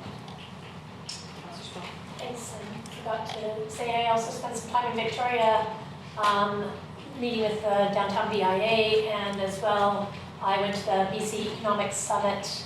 It's a BC EDA association with a lot of economic development officers in town, but the most interesting part was touring their downtown and seeing the innovative ways that they've dealt with, they're dealing with their zoning and the way that their City Hall is doing business innovation and with their city studio in Victoria and integrating the findings of City Studio into their City Hall, and they've completely changed the front of their City Hall to be inviting for businesses to come in and have a little economic development hub in the front for their economic development officer to meet businesses when they come into the district hall. There was a lot of really interesting things. I'm sure we'll all come out and discuss economic development again. Yeah, also just wanted to make mention of, as always, the Sikh community hosts an unbelievable celebration of their 5th Guru, and just a wonderful expression of community and culture sharing, and it's always phenomenal. The food's always phenomenal. It's bright and festive, and I want to thank them and congratulate them on, once again, a phenomenal event. Also want to say kudos to Dwayne Kress and his Aquaspiffy crew. I think he really is continuing that legacy that Testamental established, and he's got some big plans for really creating an amazing mountain bike legacy program, and congratulations on his first event. Good job. Had an interesting SLOD board meeting this week. We went up to Seton Portage and had our meetings in Seton Portage and did the Highline Road, and it's always an adventure doing the Highline Road. But some interesting things happening up in that territory. Met with the Shalak First Nations, and the whole Bridge River hydro system is over the next 10 years going to have a whole massive investment and upgrade, and they've got a brand new hotel up there, as well as some other infrastructure to house some of the many workers that are coming through that community. So, I mean, if you're ever up in Seton Portage, the First Nation is running a very nice hotel up in that area, quite beautiful. Thank you for the BIA and anyone who volunteered and participated in Canada Day activities. There was also the multicultural event over at Totem Hall. I know Councillor Chappelle was over there, Councillor Elliott was over there. Councillor Chappelle and I we got a boat in an old Squamish Nation canoe from Oakland Park up to Stopness Reserve. was a great time. It was windy. It was a beautiful day, and I think just great expressions of what it is to be Canadian throughout the whole day, and it was a wonderful weekend. Thank everyone for their excitement over the weekend. It was fun. Just coming up, there's something, Thursday nights, there's a group of youth working with the Arts Council to do something called Amp in the Park. And essentially, it's going to be music in the park on Thursday nights. The opening night is this Thursday.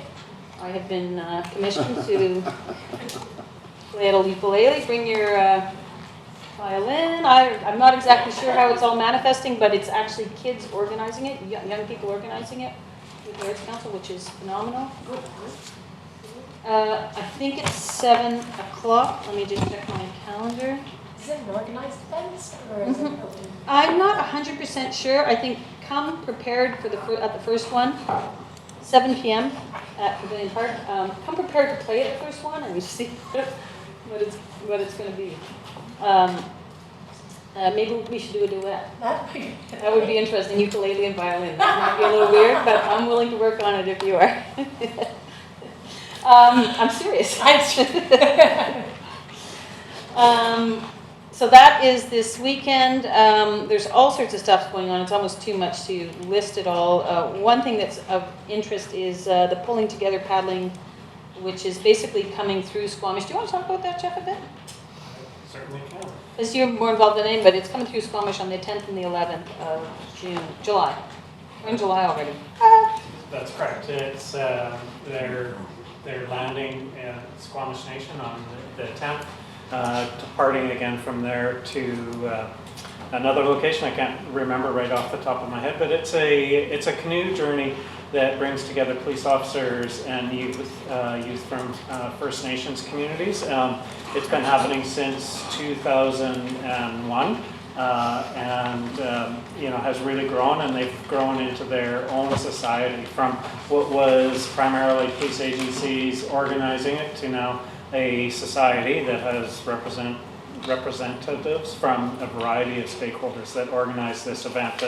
And it's grown from a small flotilla or fleet of canoes to approximately 300 paddlers, and it happens roughly over a week of each year, generally June, late July, sometimes in September, and I've participated in it twice, in 2001 and 2002, and it is a phenomenal event that really, I think, speaks to many of the aspects about reconciliation before we knew that terminology, and so we're fortunate that they're coming to Squamish, and I know that with our CMP in the district, we're hosting a dinner, and that there's an opportunity for the mayor and the CAO and some RCP members are paddling on the 10th, and the dinner is on the 10th. Certainly, if other councillors wanted to participate in paddling, just contact myself and we can organize that. I think the Lieutenant Governor might be on this leg of the trip too. You're right. There was information that there may have been another high-level delegate, but that person was not coming, which is unfortunate. But yeah. Yeah, and I believe Jeff knows about this because you were integral in organizing it. Yeah, I organized it for 2 years back in the day. I believe the commanding officer for E Division for the province will be paddling for some of it. I'm not sure if she'll be on this particular league or not, but I know she's going to be participating in some of it. Our local Inspector Christie, he's not paddling, but he'll be there to work with Squamish Nation to welcome the canoes to the Squamish Nation lands. And one other thing, BC Bike Race is on Wednesday the 12th. There's a kids race. My nephew from Toronto is coming to ride in the kids race. And it's always a great event. I think there's over 600 riders in that event, and of course it brings a whole contingency of other people. And I'm sure there's all sorts of other events. I do want to mention, just very briefly, and I'll open it up to council if they'd like to comment. I do want to send my condolences to RMOW. They lost one of their councillors a week or two ago, Councillor Andre Jarrett. I've known Andre for years. She was a school trustee. She was on council for a couple of terms. She was a fireball of a personality. I had a bit of a soft spot for her. She really reminded me of my grandmother when my grandmother was 60-ish. Just her whole, everything about her just reminded me of my grandmother. So she was a wonderful person and a real community builder in Whistler. And I really do. I've gone through that experience of losing a colleague on council, and it's a great loss for the community of Whistler. And really, there is a celebration of life on the 16th in Whistler. Just my heartfelt condolences to Whistler and anyone who, her family, Andre's family. I know by sharing council's, expression. Okay, that's it. Motion to terminate. Moved by Councillor Elliott, seconded by Councillor McKinnon. All those in favor? Opposed?